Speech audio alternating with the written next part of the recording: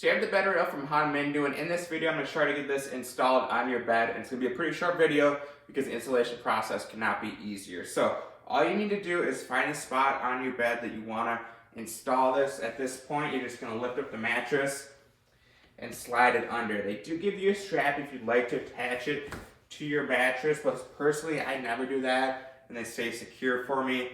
They also do have pins here, so if you want to move it higher, you can do that. I like to have it a little bit lower, so you still do have, that coverage there to stop you from rolling off and giving you a good handle to grasp onto, but it's not sticking way high and, kind of just looking a little off. So this thing is installed. You hold my weight. I'm about 200 pounds. Putting everything on there, and it's not going anywhere. And like I said, I don't have it strapped in. So just like that, this thing's installed in about 10 seconds. So if you have a loved one, or maybe yourself that is just having some issues getting in and out of bed due to old age or surgery or whatever it may be, this is an affordable tool that's going to make that so much easier for you.